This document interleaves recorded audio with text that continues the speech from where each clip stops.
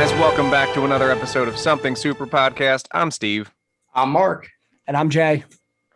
And in honor of May the 4th be with you and Revenge of the 5th, this week's episode is all about Star Wars. Woot woot. So we're going to talk about what got us into Star Wars, some of our favorite things, and it's just going to be kind of round robin conversation of all things spacey. Yeah, So, I know some of us got into it in good ways. I know some of us got into it in some harsher manners.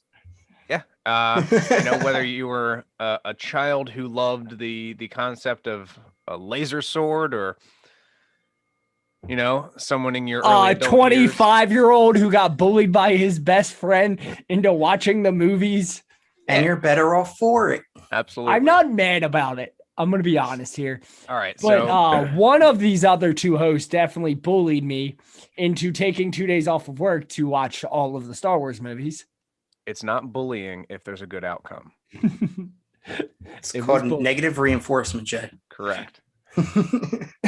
I feel like there were threats involved in this, that if I didn't watch it. That's all hearsay. You watched it and you're okay. You're good. So out of curiosity, Jay, was there a reason why you never got into it? Because for me, my dad was a big fan. My dad had all the toys. So when I was young, I watched all the VHS tapes. I had the toys. Was it something you just really didn't know about? Or No, I knew about Star Wars and nobody in my house really liked it. So out of the hundreds of movies that we had sitting on our shelf, Star Wars wasn't any of them. And the fact I attempted to watch episode 1 and I got bored. Of course, I fucked up. I shouldn't have watched it in number order. I should have watched it in actual order, but the chronological, you watched the chronological timeline rather than the release timeline. Yeah. I mean, honestly, I prefer having people that are new to Star Wars do that because, yes, I'm not going to lie. The first two movies, honestly, the first one, it starts off rough, but by the end of it, you're like, holy shit, this is awesome. And it has arguably the second best lightsaber fight out of all the movies.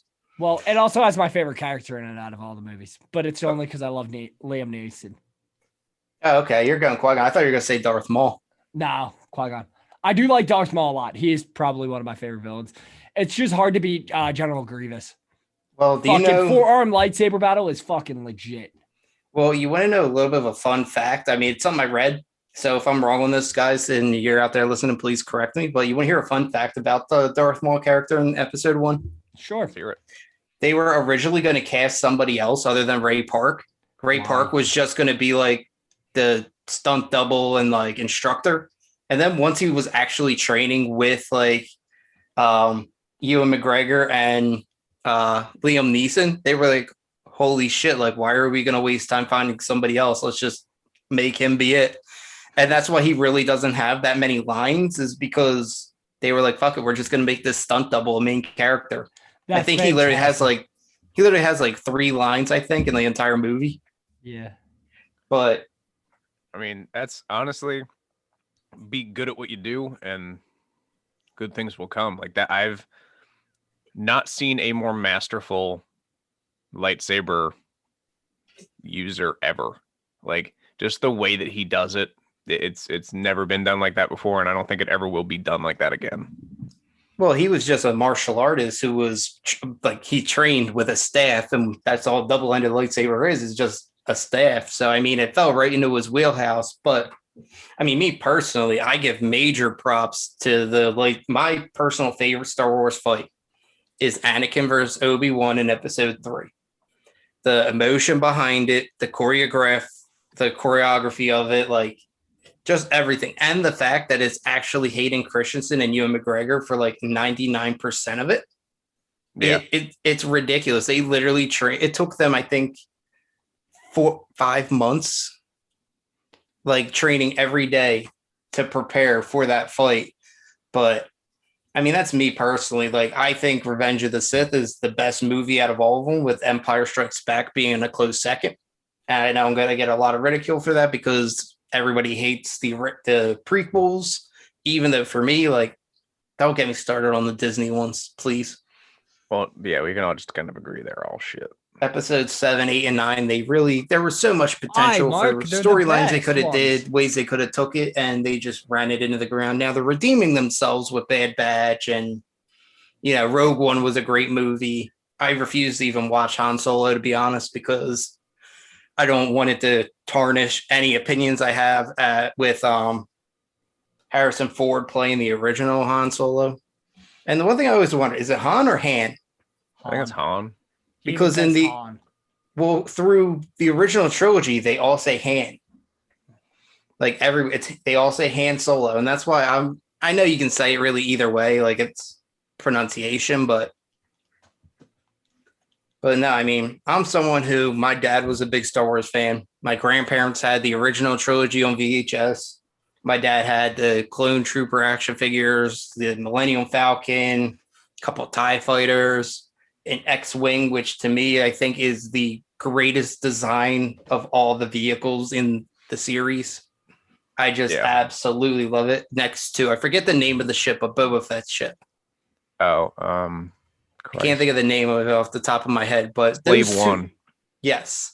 Between that and the X-Wing, those I think are the best designed vehicles, and they just look cool. Like you got the X-Wing where the wings like expand and becomes like a 4-prong ship. Like, dude, I literally bought a pair of Adidas that are designed after the X-Wing just because I love the ship. Yeah, like it's awesome. I mean, there's just so much lore to Star Wars. It's like Lord of the Rings. Like there's so much to learn. And one thing that I really like that we're seeing now is obviously the prequels was Anakin Skywalker's story turning to Darth Vader. Then you have the original trilogy, which is Luke's story and him confronting Vader. And then you have shit. What I like the fact that you pointed out that each one of them is like supposed to be that person's, trials and tribulations, their life story, etc. Yep. Because you look at it, young Luke back in 1977 when they first filmed it versus, I mean, not old Luke, but older in 1983. I mean, that's a 6-year time jump. And especially for the age that he was at when he started, he looked a lot different by the end. Then you look at, 1999 is when they filmed the first Star Wars, Right. And I mean, even in Empire, like when he's originally fighting Vader even says like, the Force is with you, but you're not a Jedi yet. So like, it's showing like, okay, like Luke wasn't just a Jedi. Like he trains and becomes a Jedi. But, the prequel movies, you start with Anakin as a child and get him all the way up into his 20s, you would assume. But then About that.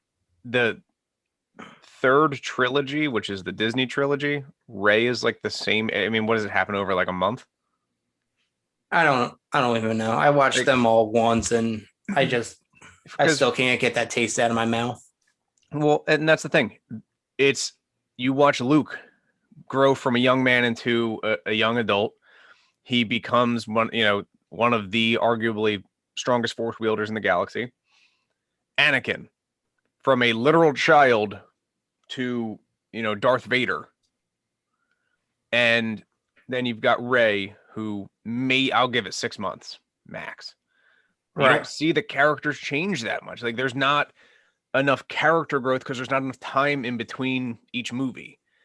And I mean, you can see that. So 1977 to 1983, 1999 to 2005, and then 2015 to 2019.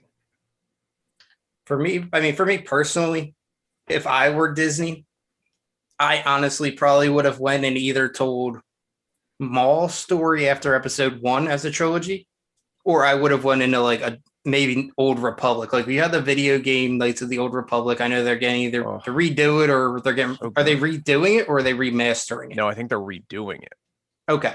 So either way, like next to Anakin Skywalker, I think Darth Revan has one of the best storylines all through Star Wars. Jay, do you know anything about Darth Revan at all?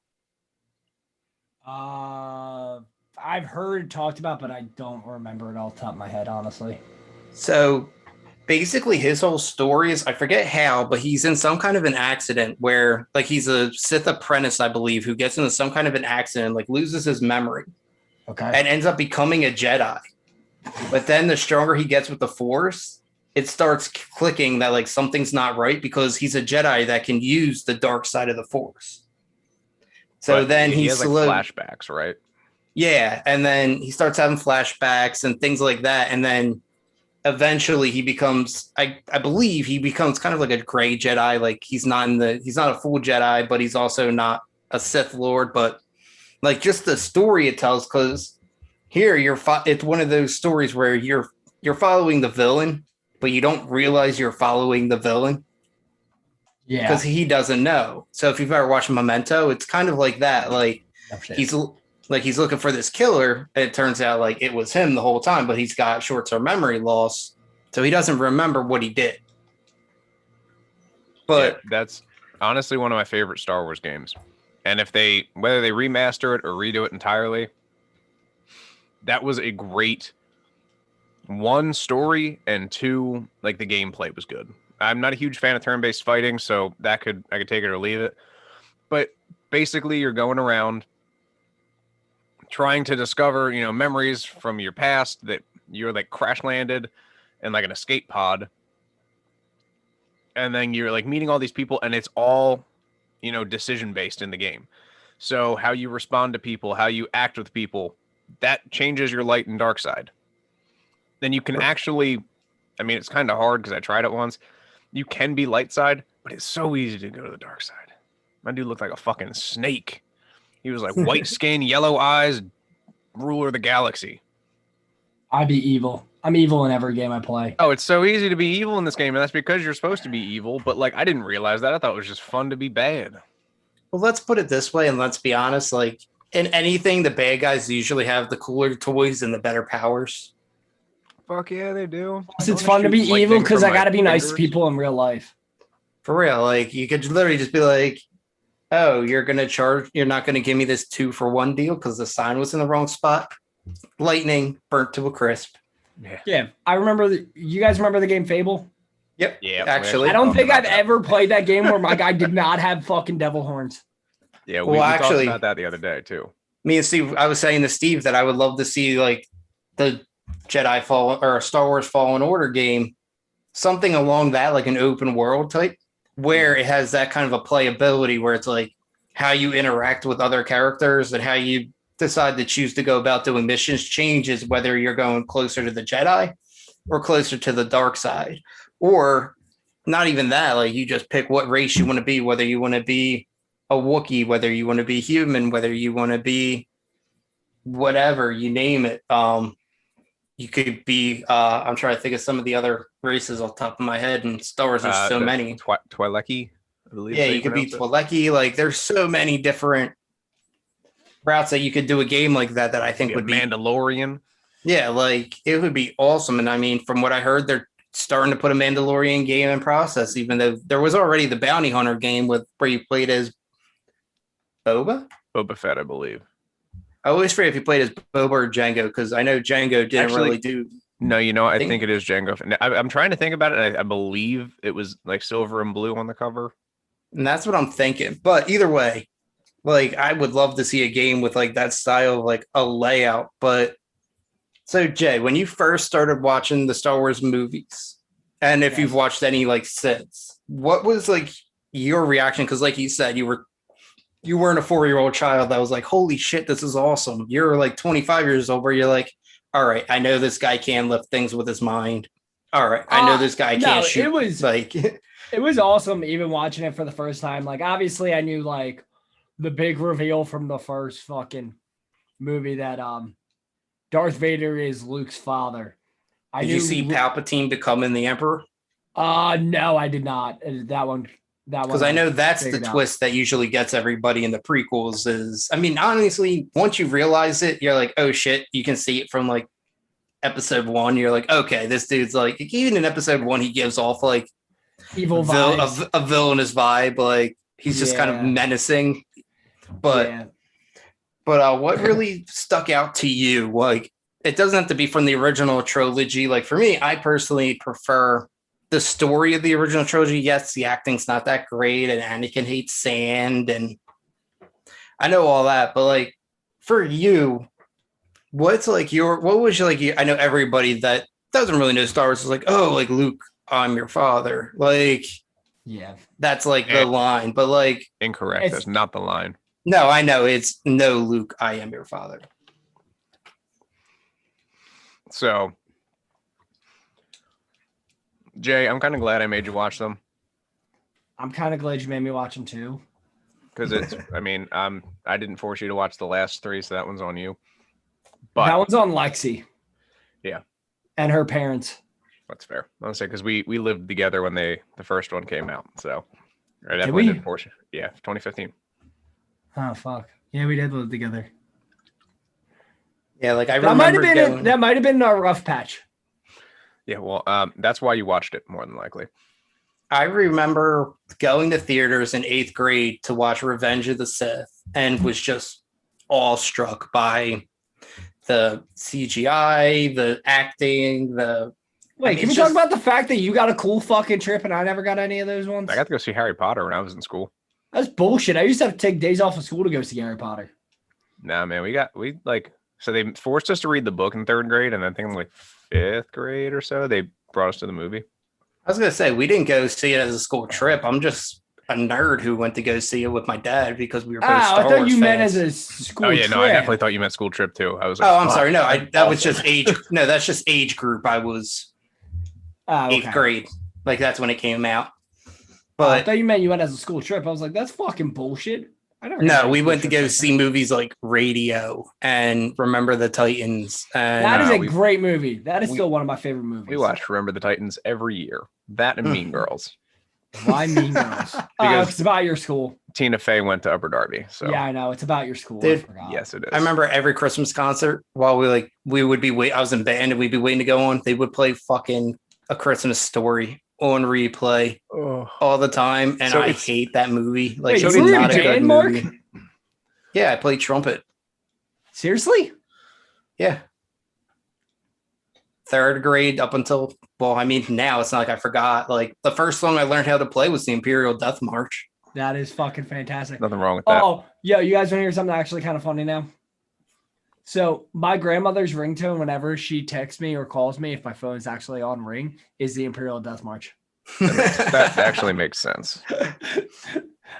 The funniest part is the one time we were looking for my phone and luckily I had it on loud. So it's like she called my phone and she's like, what is that? It doesn't sound good. And I'm like, nothing. It's grandma. It's not. It's nothing. I love that woman. But yeah, but Jay, like Me what too. was like She your loves you too, standout moment? Steve. I know.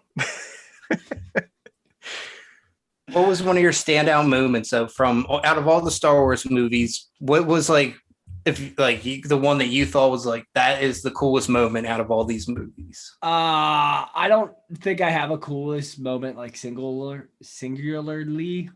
If you have to pick 2 or 3.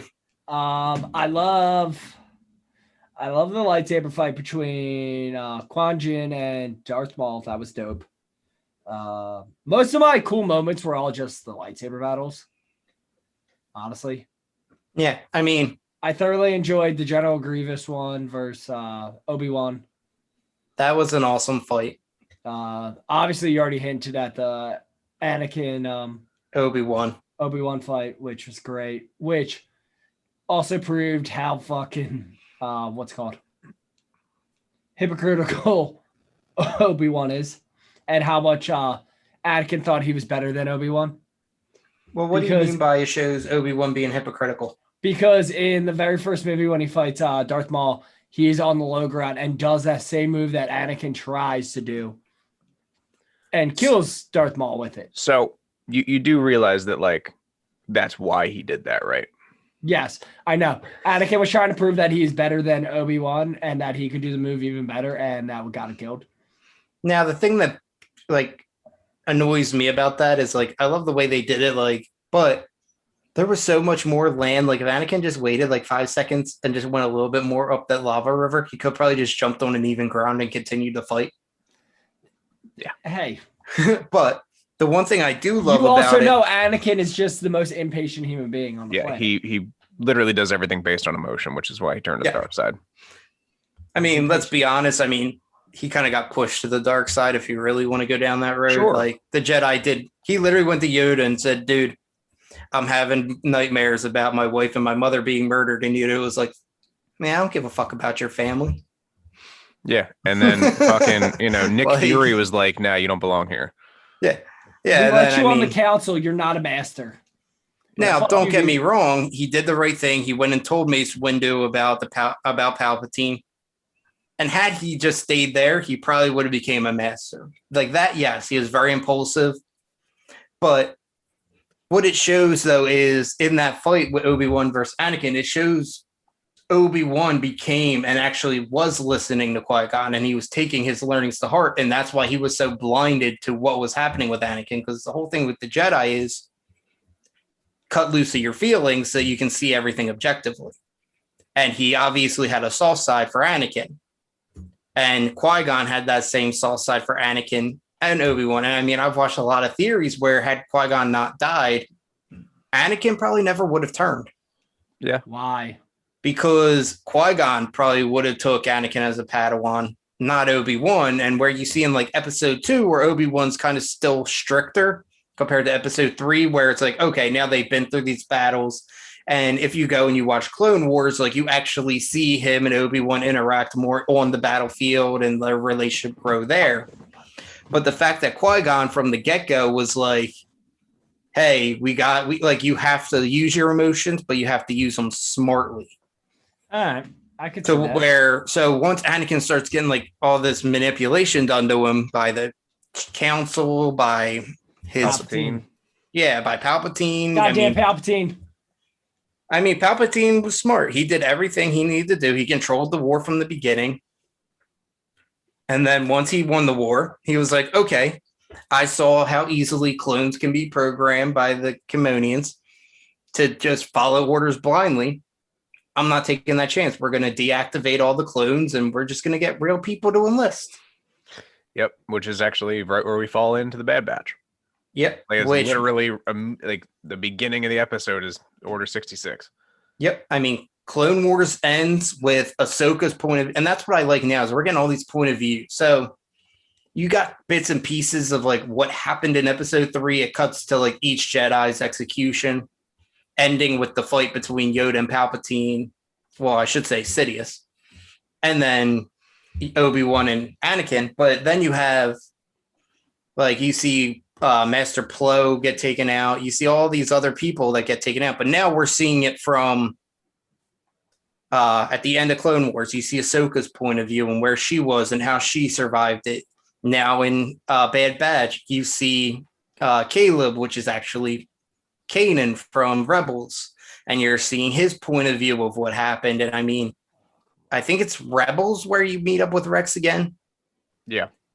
And like he doesn't have the chip in him anymore. And he said, there's other clones that took the chips out. So like now we're getting to actually see like the early days of the Empire, which is what I'm really interested to see. Like, because I mean, you literally went from the original movies where the Empire was just there. It was just a thing. Yeah.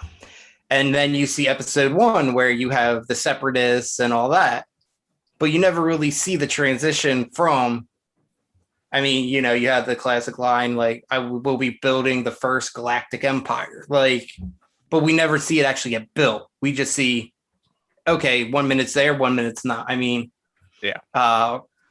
You have Rogue One, which I think is 5 years after, no.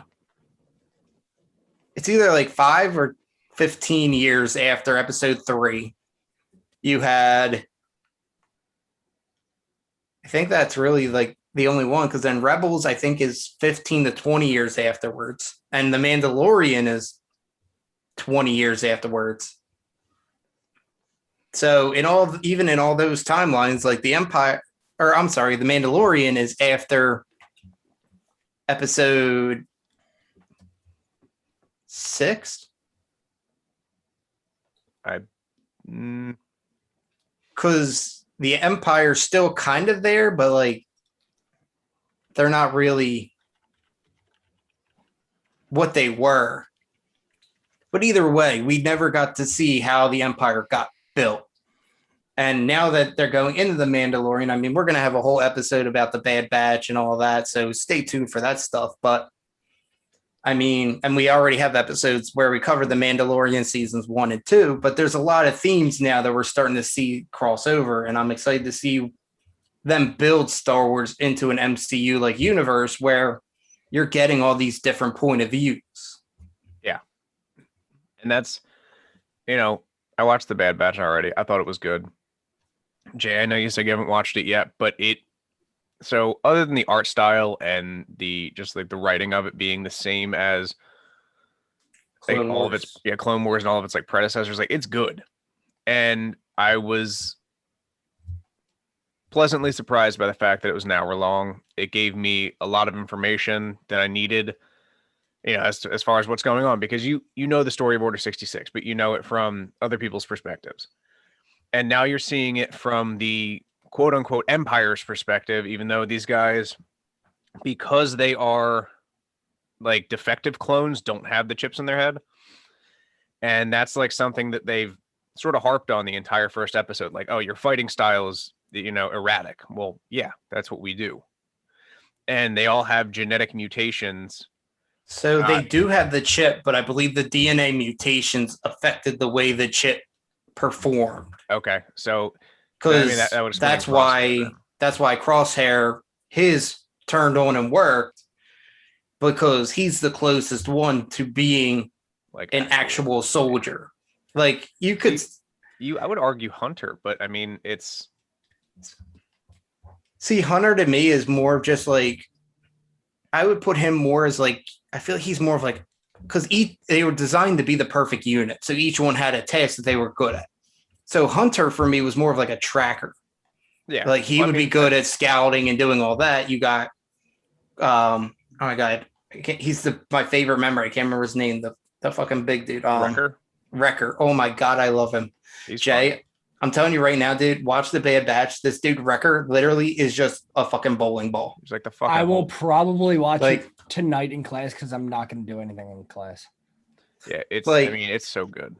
Dude, he's like a child. Like early on, like Caleb is like a Padawan, and he's like, no, I'm gonna go with you guys. He's like, I like this kid. And then like later on, there's like a scene in the cafeteria where like this little girl, she's turns out to be like an actual clone, Omega, but like she's a fan of the Bad Batch. So like she's sitting with them because they're her heroes, and like two regular like clones walk by and they make like a comment or whatever as they're walking away. She throws like a sandwich at the guy's head, and you turn around and you see it's her, and like Wrecker pops up behind her and he's like, I like her. Like it's just so funny.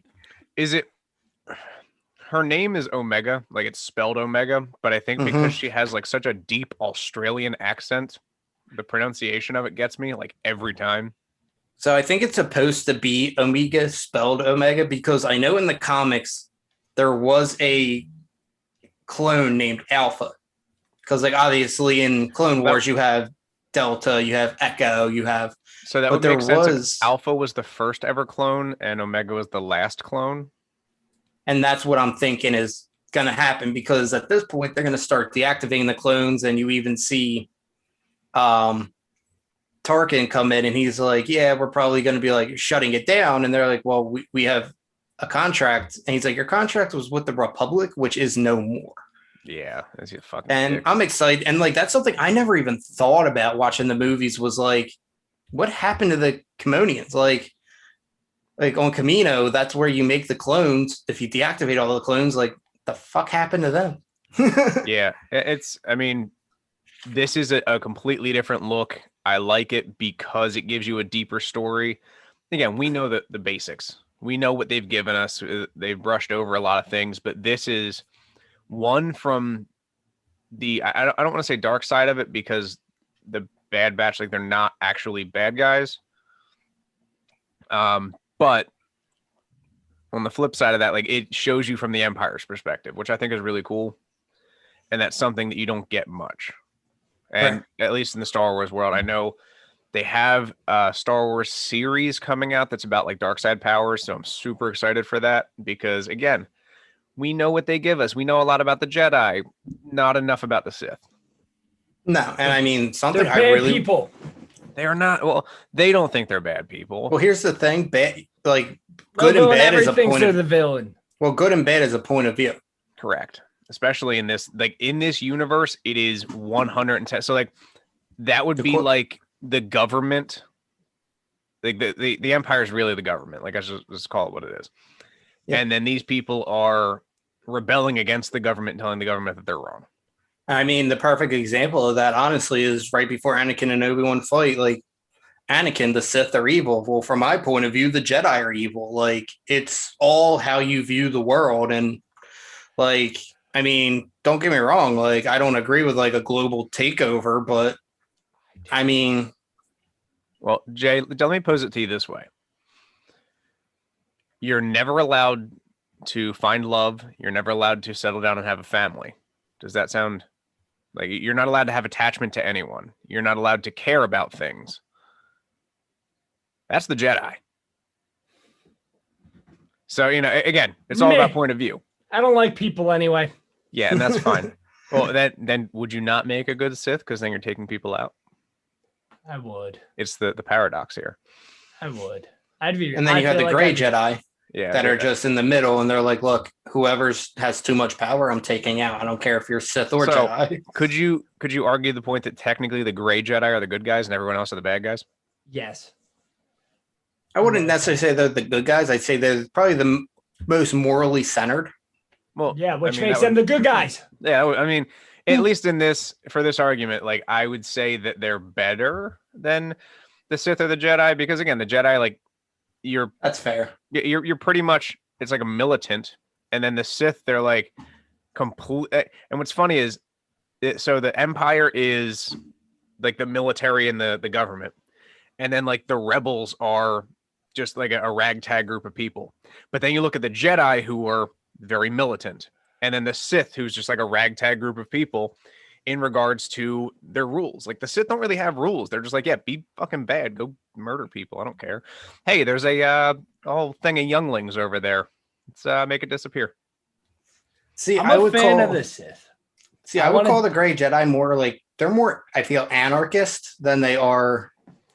Because, like, literally the whole creed is there's no dark side nor light side. There's only the force. So for them, like, it doesn't matter. Like, we have this power. We choose how we wield it. Like, I will do what I do to must to keep the balance. And the balance is what keeps me together. So, like, they know they can't really go too far to one side or the other. He said there's passion and emotion, serenity yet peace, chaos yet order. So, like, they understand like that in the world, you need to have some of those things in order to be what you need to be, which where I think the Jedi and the Sith are just extremists on each end of the board. Sure, and I think that's why I like the Gray Jedi, even though it's not like a technical canon that was, George Lucas confirmed or anything like. But I like the concept of it because in the real world there are people. I mean, Christ, look at America. There's Democrats, there's Republicans, and there's like the independents. Yeah. Or like, and not even getting into politics. It's just like how the world works. There is one side and there's the other. Both sides think they're correct. And then there's the people that are, left hanging in the middle. Like you think the Kamonians, like they weren't good or bad. They just worked for whoever they were working for. Whoever paid the most. Well, and again, I mean, Christ, Tony Stark did that. Does that make him a bad guy? Not necessarily. So again, it's the thing I like about that is it's very close to real world, which is pretty cool. Yeah. Also, it's super funny. I was watching this video at work about like money systems in different movies. One of them was John Wick. One of them was Harry Potter. And then the third one was Star Wars. And they were like, how is money worth anything? They had like 5 government collapses in a matter of like 10 years. Well, that's why, honestly, I mean, at least later on, I feel like you don't really see like money exchange. You see more bartering. So it's like, hey, I have this armor.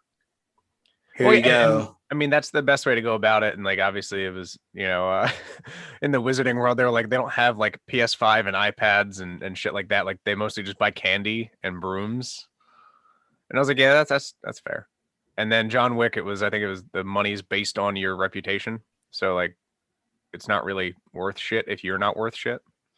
I just thought it was funny that, yeah, it was an interesting take on like the currency aspects in certain movies and series. So, but yeah, it's just one of those things. Like Star Wars has such, like you said, it's got such a deep lore, and there's so much to the Star Wars world that is untapped because again, there's 32 million light systems, and they could just do whatever they want whenever they want, and as long as it stays pretty tight to their timelines, and there's no continuity errors, like this could go on forever.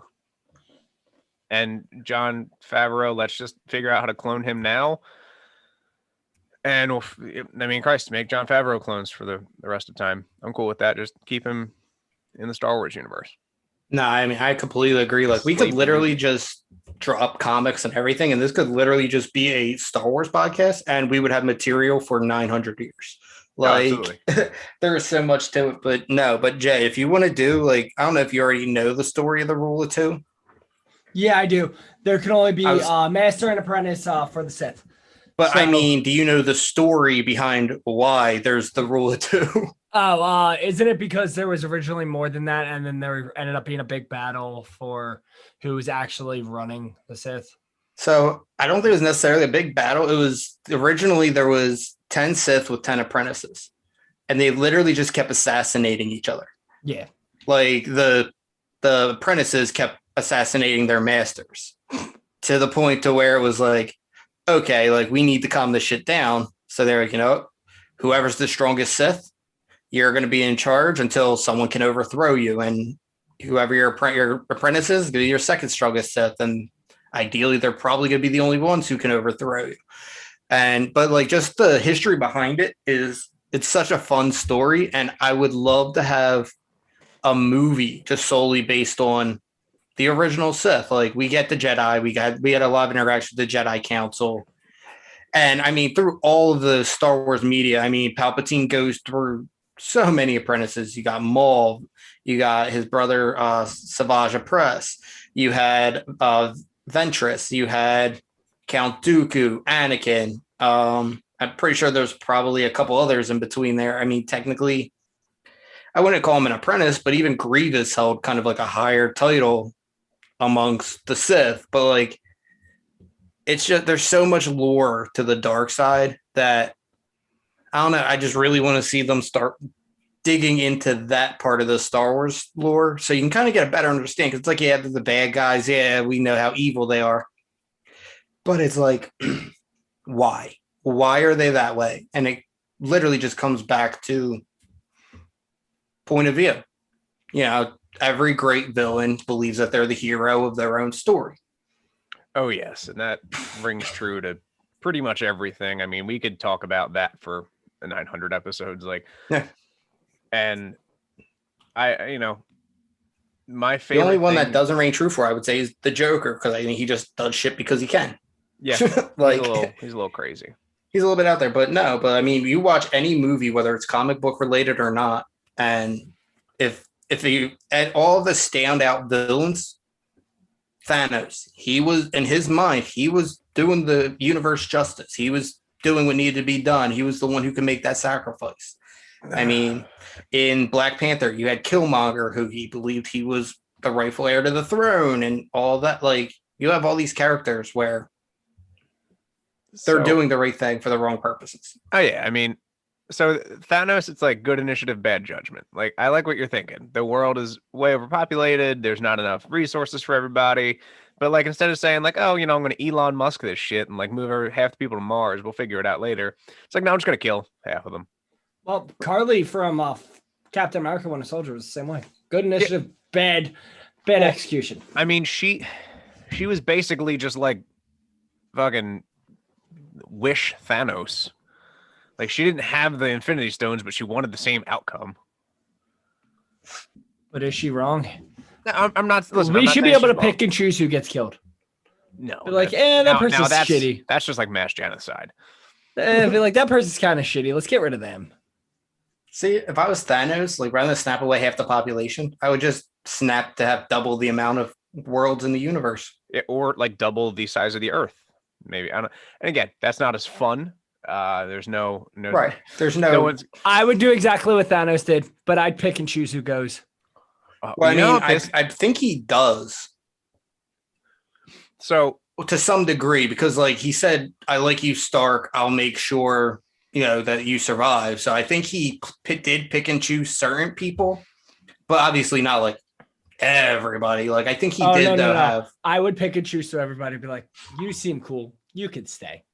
You're a dick." fuck you, fuck you. You're cool, and fuck you. I'm out. Yep.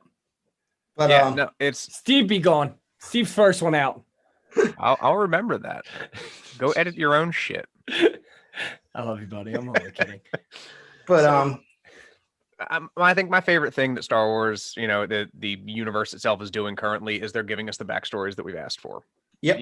We got the main 9 that I'll even ship. Now I'm going to call it the big 6 because fuck the last 3. But actually, what's funny? Everything that we've like talked about in regards to like our favorite parts of Star Wars, I'm looking at the timeline right now. It all happens before the last 3. Yep.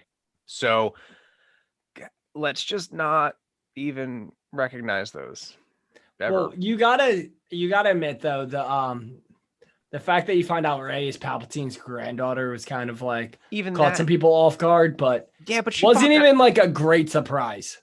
Dude, that reveal was so terribly done. Yeah, I didn't. It was a shock, but it wasn't a good one. You're like, oh fuck. Well, I wasn't expecting that, but like that's not even. Honestly, I'm not even gonna lie. I kind of saw something like that coming. I just didn't know how they were gonna do it because the whole time they tease like, well, who are her parents? And it's like, well, obviously she's not related to Kylo Ren because they're fucking throwing in your face that he's related to Luke Skywalker and this great Jedi lineage and Vader and Leia and like. So I'm like, okay, so there's literally the entire original cast. So I'm like, huh. So I knew she had to be something, but then they like Palpatine's actually alive, and I was like, oh, what the fuck? Like, yeah, they ruined it. It was a lot, and the fact that at the end she goes back to Luke's house, yeah, or like Anakin's original, like, you fucking serious? And you have the audacity to say you're a Skywalker? I'm not gonna lie, one of the coolest scenes that were shot is in The Rise of Skywalker, and that's when she gets to whatever planet is that Palpatine's on. Mustafar? Is it Mustafar at the end? No, hold on. No, I don't think it No, is. it's not Mustafar's all lava. Yeah, no. But there's the scene where like they fly in and like you just see thunder in the clouds and you just see all the fucking Star Destroyers. And I'm like that was an awesome shot. Like the whole fleet, Exegol. like yes, when they go to Exegol, like you see the whole fleet. I thought that was awesome. So but then like they did like nothing with it. It's like, oh, there's a small fight up there, but that's it. Yeah, I mean, and that's I don't know. We could go on, like I said, we can go on this for days, weeks, months, and years. But so I got one question before we do wrap this up though. Shoot. So if you guys could live during any time period, not necessarily like as a Jedi or a Sith, but if you were just an average person in the Star Wars universe, during which era would you have wanted to live? During the Republic, during the Empire, post-Empire? During the Clone Wars, I'd want to fight. And hope I got picked up as a Sith apprentice. I'd fucking kill Darth Maul's brother. I'm gonna go a little off timeline-ish here, but they released a new series of books. I want to live during the High Republic. That would be what's up. Jedi are regarded, I mean, again, that's with my 0.0000001% chance of being a Jedi. If I was, they're basically regarded as gods. Like they are the saviors of the fucking universe. Like I'm reading one of the High Republic books now, and it basically they call in for reinforcements and like 7 Jedi show up.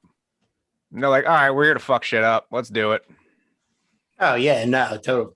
I mean, for me, I feel like a Wookiee Jedi. Oh yeah. I don't know. See, for me, it's hard because like I feel like I would want to live during the Empire because I mean, really, it just depends more so on like what planet you're on, to the degree that you're fucked. But like the Empire, like they really weren't like harassing a lot of people. Only ones that like were suspected to be against them. So as long as you just kept like the straight and narrow, like fuck it.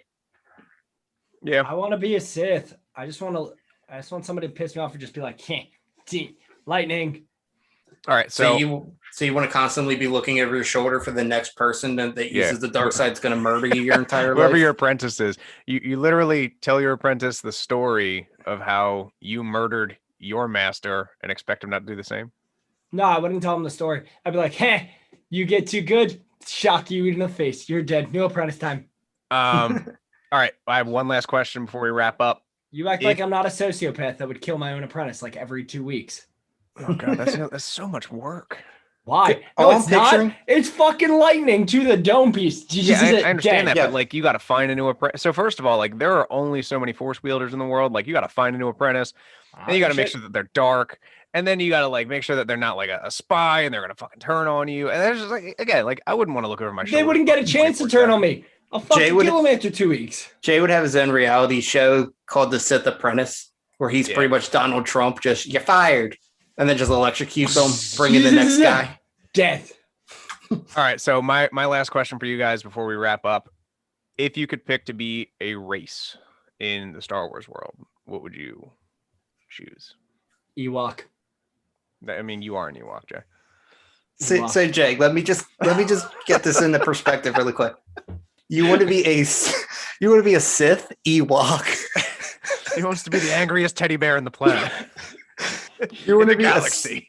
You want to be a Sith Ewok that just murders people left and right. Yes.